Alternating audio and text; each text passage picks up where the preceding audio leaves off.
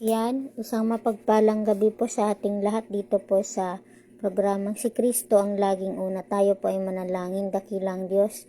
Salamat po sa gabing ito, salamat sa biyaya, sa pagpapala, salamat sa himala. In Jesus' name I pray, Amen. Ang ating topic, mula sa Mateo chapter 11 verse 28. Mateo 11:28. Lumabit kayo sa akin.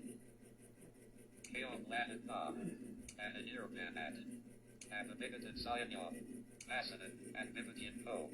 Kayo hindi kapanagalan. So, ayun, totoo talaga yun na kapag lumalapit tayo sa ating Panginoon, bibigyan niya tayo ng kapahingahan, kapayapaan, kapanatagan, kalakasan, at maayos na pag-iisip kung tayo ay naguguluhan. Kung stress tayo, lalo na kung may mga anxiety tayo, stress tayo sa ating mga anak, stress sa mga asawang mabisyo na hindi pa natin nadadala sa ating Panginoon upang maglingkod, stress sa trabaho, stress sa mga negosyo, wala pong iba, sa Panginoon lang tayo dapat lalapit, hindi sa tao, dahil hindi naman lahat ng tao maiintindihan ka. Hindi naman lahat ng tao maiintindihan yung sitwasyon mo. Hindi lahat ng tao nararanasan yung nararanasan mo. So, imbis na lumapit ka kay Juan, kay Pedro, o sa kung kanino pang kaibigan, sa ating Panginoon ka dapat lumapit. Sa Panginoon ka dapat magpasakop. I-center mo sa buhay mo ang ating Panginoon dahil mararamdaman mo yung kapahingahan, mararamdaman mo yung kapayapaan sa puso. Hindi ka pababayaan ng Diyos. Hindi katulad ng iba na kung kailan wala na silang malalapitan, wala na silang matatakbuhan. Kapag naubos na ang pera, saka lang sila lumalapit sa Panginoon.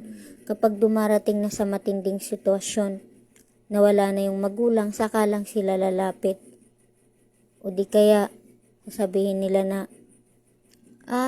may iba nga dyan nagsisimba, pag labas ng simbahan, hindi na sila banal. Banal lang sila kapag nasa loob ng simbahan. May iba nga dyan, nagsisimba, nagchichismis pa. May iba nga dyan, nagbebenta ng laman, nagsisimba. Hindi na lang ako magsisimba dahil ayokong matulad sa kanila. Hindi po lahat ng naglilingkod ganon. Hindi lahat ng naglilingkod sa Panginoon ay pare-pareho ang kaisipan ng tao. Siguro sila, hindi pa nila ipinapanalangin sa Panginoon na maging taos puso sa kanila yung ginagawa nilang paglilingkod sa Panginoon, na mabuti lang sila kapag nasa simbahan, kapag nasa fellowship ng karamihan, kapag nasa ministry. Kung kaya't hindi po yan, hindi lahat ng nagsisimba ay banal. Alam mo kung bakit hindi sila banal? Dahil hinahayaan nila na kumilos at gamitin sila ng kaaway. Pero kung hinahayaan mo na ang Panginoon yung gumalaw sa buhay mo, yung magmaneho o maging driver ng buhay mo, talagang tutulungan ka ng Diyos na magbago. Tutulungan ka ng Diyos na maging katulad niya, na maging tapat. Hindi yung sasabihin, hindi ka naman pastor, nakikita mo ba kung ano yung ginagawa ng totoong nagsisimba? Hindi man natin makita, kapatid, kaibigan, mga kapamilya, mga kapuso, o kahit ano pa man yung tawag. Hindi na natin kailangan makita dahil nakikita ng Diyos kung ano yung ginagawa natin. Ang totoong paglilingkod at hindi mo naman kailangan ipangalandakan. Pero gusto mo ba na habang buhay ka pa sinusunog na yung kaluluwa mo sa impyerno dahil sa dami ng bisyo na ginagawa mo, tapos magsisimba ka para daw mabawasan ang kasalanan. Ikaragdagan lang yun sa kasalanan na meron ka kung magpapatuloy ka sa ganyang gawain. Kung ilulubog mo ang iyong buhay sa kasalanan, kung babalik ka sa dati mong nakaraan, sa maruming nakaraan mo. May iba naman Kapag may iba naman tao na nakita na nila yung tao magdadala sa kanila sa Panginoon para pawiin yung discouragement na nakikita nila. Pero ano nangyari? Sila mismo yung lumalayo.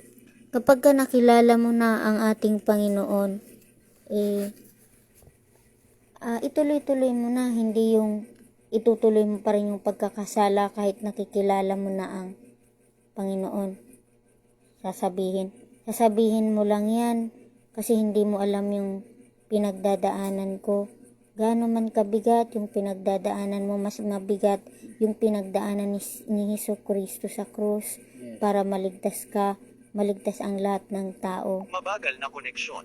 Huwag mong isipin yung pagiging worldly. Ito nga si Brother Daryl, minsan dumarating sa punto na ganyan kasi yung madali siyang mag-init ang ulo, madaling magalit, hindi niya makontrol yung sarili niya. Kaya ginagawa ko, pinapaalala ko sa kanya. Lalo na pag may mga bagay akong narinig or may mga bagay na nagawa sa kapwa ko na hindi ko nagustuhan.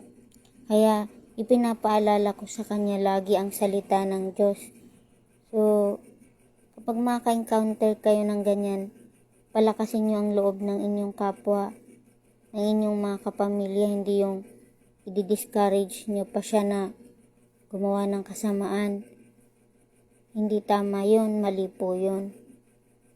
Papatawarin ka naman ng Diyos, okay lang yan. Okay lang yun. Hindi i-lisensya yun. Hindi yung lisensya. Huwag nating gawing license yun. Huwag nating abusuhin yung kabutihan at katapatan ng ating Huwag Panginoon. nating gawing katatawanan. At huwag natin siyang hayaan na ma-disappoint sa atin. Dapat maging seryoso tayo sa paglilingkod sa Panginoon. Dahil seryoso siya nung iniligtas niya tayo. Walang halong walang halong pag-alinlangan yun. May purpose yung Panginoon kung bakit mo nararanasan yung magalit ka, yung manghina ka. Alam niyo ba kung anong purpose ng Panginoon?